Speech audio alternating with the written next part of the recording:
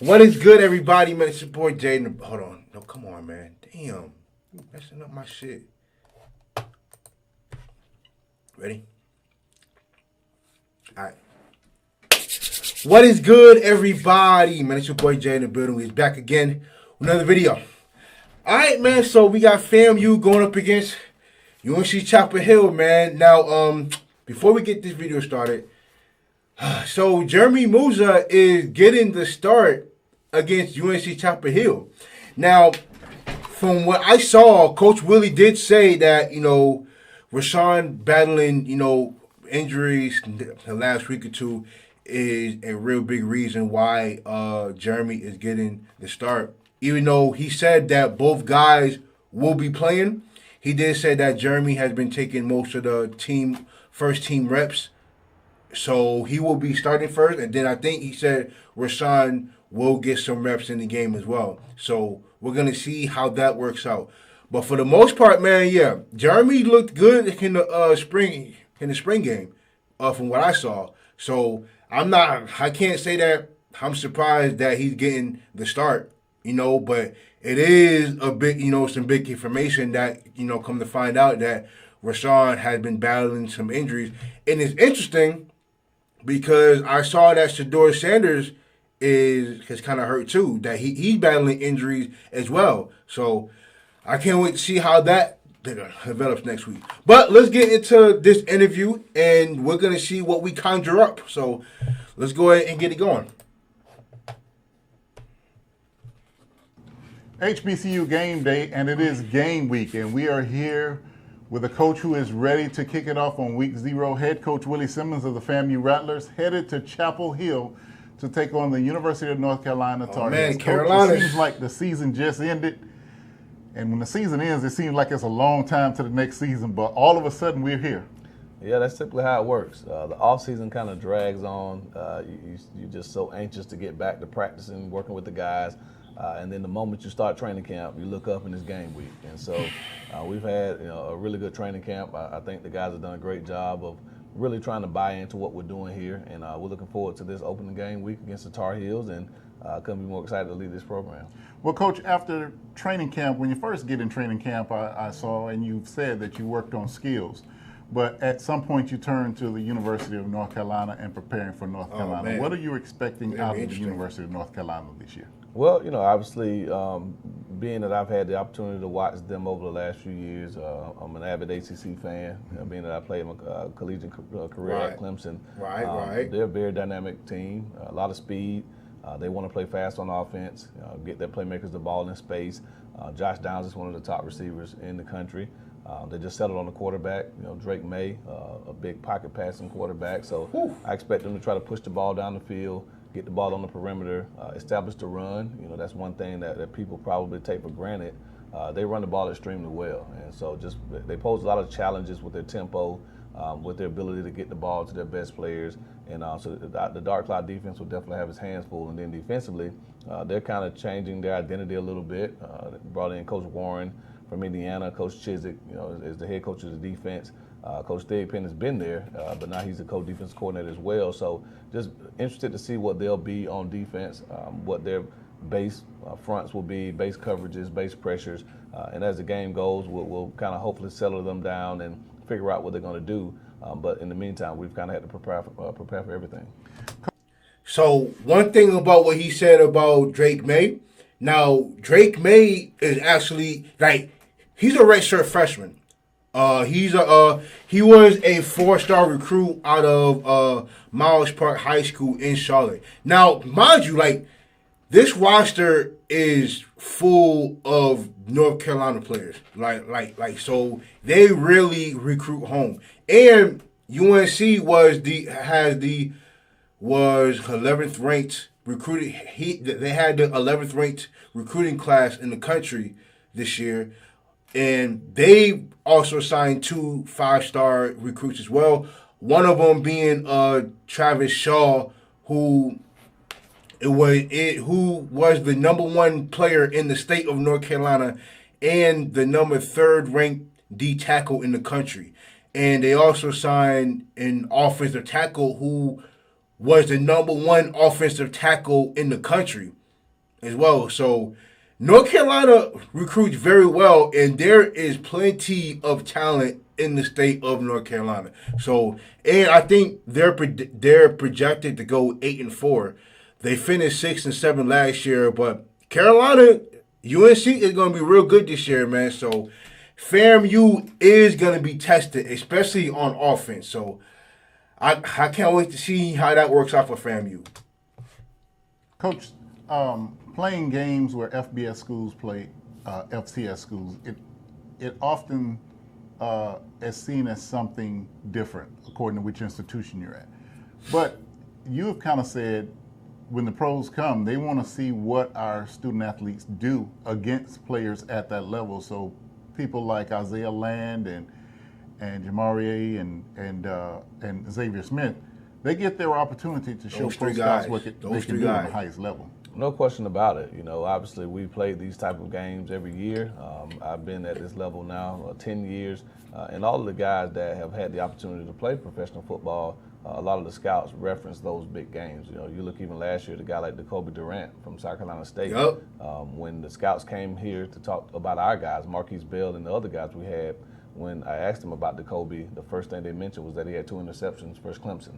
And I think that Darius Leonard, you know, when they talked about Darius Leonard, it was how many tackles he had versus Clemson. I think he had 18 versus Clemson. So when you can go and show that you belong on the field, so to speak, with Power 5 programs, it really, really gives those NFL scouts a little bit more of an added incentive to go in and stand on the table for you with their personnel to say, hey, look what this guy did against a Power 5 program. You know, so we've seen him dominate at the FCS level, but he had a stellar game against an ACC opponent, and it definitely helps those guys draft prospects, and that's why we again dubbed this game a get money game and not just a money guarantee game.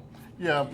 Hey, so piggybacking off what he said, this is pretty much a showcase for those 3 guys, and I'm glad that he referenced Jacoby Durant, you know, and his 2 interceptions versus Clemson, because even though they got blown out, like, those 2 interceptions really boosted his draft stock. And, you know, and for him to be the first player drafted by the Rams, like, it was absolutely insane. So, but yeah, so if Isaiah Land can get 1 or 2 sacks and cause a lot of pressure on the quarterback, if Xavier Smith can catch about 6, 7, 8 balls for 75 to 100 yards, maybe 1 touchdown. If Jamar Shareed could get a few punt returns and some kick return yardage, like real good yardage, that he could really boost their stock, and especially since those 3 guys, you know, are HBC or preseason All-Americans. This could really be something, especially for Isaiah Land. You know what I'm saying? You know, so we're going to see how those 3 guys perform against that. And check this out. It's a prime time game. Game's at 8 o'clock at night. That's prime time. So the lights are going to be on. So the pressure is going to be on those 3 guys to not, like, and look, they don't have to win this game. But it's definitely a showcase for those 3 guys to show the NFL what they can do against stellar competition. And we've seen the history of that. We go back to just Earl Holmes. I mean, he played the University of Miami his senior year, and Butch Davis, one of his comments after the game is, we just couldn't block Earl Holmes. Right. So that was one of the things that propelled him into the next level. Well, Coach, unlike last year where it was kind of up in the air until the day before, basically, watching training camp, it appears that Rashawn McKay is QB1 unless his position was taken. And we've seen some good play from Jeremy Musa, Cameron Sapp at times, Junior Muratovic at times, but we're expecting to see Rashawn line up with take the first snap on Saturday. Well, he will play. Whether he'll take the first snap or not, that still remains to be seen. We have another couple of days of preparation, and we'll name a starter tomorrow. And okay. But again, I firmly expect Rashawn to play, I expect Jeremy to play. Both those guys will take early snaps and meaningful snaps. And then with Junior and Sapp, they're kind of in the plans down the line to possibly get in the game as well. But, Jeremy and Rashawn have both had phenomenal training camps. Both guys have earned the right to play. And we tell the team in the beginning of the training camp, the best guys will play. And they've both shown that they're two of our best players that we have on this football team. And they'll both get their opportunity to go in against Carolina. And depending on what happens through the flow of the game, that may determine who starts the rest of the season, or or whether we have to play a 2-quarterback system. Okay, and Coach. Now, the 2-quarterback system is always kind of tricky, right? Because, and look, I always keep the same energy with anybody who runs that type of system. Now, it does depend on what type of system they're running, like what each quarterback is there to do. Now, if you run a 2 to 3 quarterback system, you really don't have a definitive quarterback. Because if both quarterbacks are going to be in there throwing the ball in the pocket, doing the exact same thing, then you don't necessarily have a quarterback. Now, I know that Jeremy Musa is a grad student and Rashawn McKay is our senior, so that it could be the case that both guys are, could be gone, after this season. But that type of system is still kind of tricky. But it really all depends on what you're doing with the quarterbacks in that 2-quarterback system. That is always a tricky situation. Defense is coming back. It's looking as strong as ever, possibly even better than last year with the pieces that you've added. That's what I said. Talk about some of those new guys who've come in. I said that same thing. The Isaiah Lands and the DJ Bowler, but there are several, and 27. Fagan. And the Darius Fagan. Yeah. I'm sorry, I drew a blank there. Fagan. But we're familiar with those guys. But name some of the new guys that will be lining up in orange and green. Isaiah Major. A factor in bolstering the defense. Well, yeah, you're absolutely right. Of course, Isaiah Land's a household name. BJ's on most All-American, All-Conference list. Darius Fagan's been a staple in this defense for a few years now. General Hunt, obviously it was a guy last season that turned a lot of heads as a redshirt freshman. But you look at a guy like Isaiah Major, yeah, a linebacker that we signed. That's that dude right there. Out in Kansas, he's all over the field. That boy Isaiah Major different. And playing the run, playing in coverage, rushing the passer. He's a ball hawk. He finds a way to get around the football, and good things happen. The football guys reward guys like that. So he's had probably as many interceptions as some of the defensive backs, with how he flies around the ball. So excited to see what he can do. James Ash is another guy transferred from Wake Forest, who may start on the defensive line for us, opposite Isaiah Land at the defensive end position. And just had a great camp and doing some really, really good things.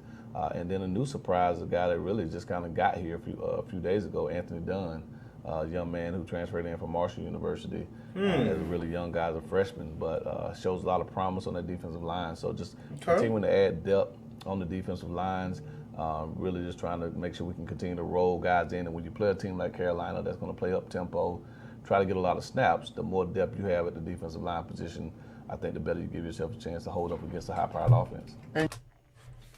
Another thing with what he said about keeping a rotation on the defensive line.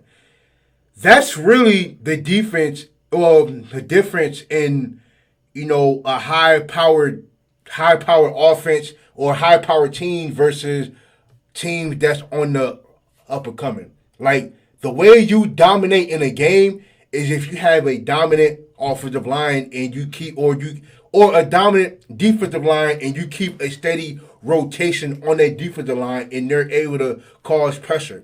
And that's what I think is going to be the most important thing for FAMU to do, is that if they're able to win on the line of scrimmage, because mind you, they have the back end that's good enough to compete against any receivers in the country. The difference that's going to be, and this is the same thing that Coach Prime was saying, was the reason why they're not quite ready to play Alabama, is because of the guys up front. Like, you need to beef your offense and defensive line up front in order to be able to compete against the Power Five. So, from what Coach Willie is saying, for Anthony Dunn, I'm gonna have to look up at him. But for him to have the guys that he has on the defensive line, it's gonna be real interesting to see what they do against Carolina.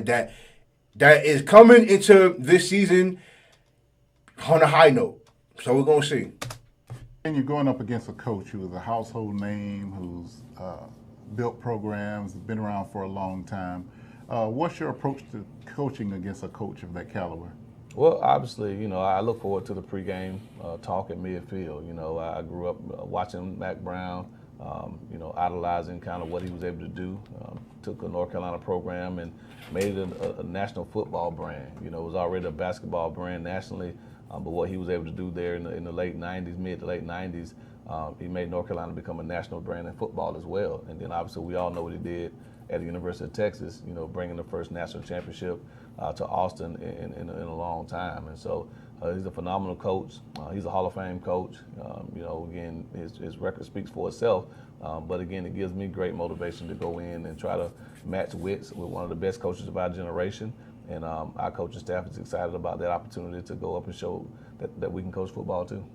Well, Willie, final question, and I got to get a little personal. Will you be wearing your Jake Gaither t-shirt under your polo on Saturday? I just might. Again, trying to get one with all the legends on it. So if anyone knows someone making shirts with Jake, Rudy, and Billy Joe and Joe Taylor on it, and even William Bell, if you can find a picture of them. But just want to pay respect to the GOATs of this program of Black college football. And wearing that shirt the first day, man, it gave me just a sense of pride that I don't think words can describe. And so just want to honor those guys and hopefully relive some of the magic that those guys made during their heyday. All right, head coach Willie Simmons here at Florida A&M University, getting ready to take on the. All right. So let me say this. There is a pretty good chance that FAMU can definitely compete against Carolina. And I'm not going to say that FAMU don't have a chance because every team in football has a fighting chance. No matter on what level, any team has a fighting chance. And I think the difference in this game is going to be for a few things. Can the big three, meaning Isaiah Land, Xavier Smith, Jamar Rashad, Shareed, how big are those three guys going to play? Number one. Number two, how competitive is the offense going to be against a Power 5 team, and how dominant can the defense, how good can the defense keep up against a high-powered offense? Because I am going to say this. Chapel Hill is going to be a good team this year. I can't tell a lie. North Carolina always keeps them a real good team. Carolina has a lot of talent. There's a bunch of talent in North Carolina and South Carolina. So it's definitely going to be one interesting game, and a game that I'm definitely going to watch, because the game starts at 8. And I think probably in the third quarter, maybe the fourth quarter of the MEAC SWAC Challenge, I think that game will be coming on. So I hope, look, I'm pulling for FAMU. I'm pulling for them. You know what I'm saying? Even though, look, I'm a North Carolina kid. I'm a kid from North Carolina. I'm representing FAMU in this game. You know what I'm saying? So I definitely think that FAMU has a fighting chance. I think any team has a puncher's chance. It's like boxing. No matter how big or small the dude is, anybody can be beaten on a lucky punch. We're gonna see what FAMU can do in this game, and we're gonna see what happens, man. But I'm excited for them, and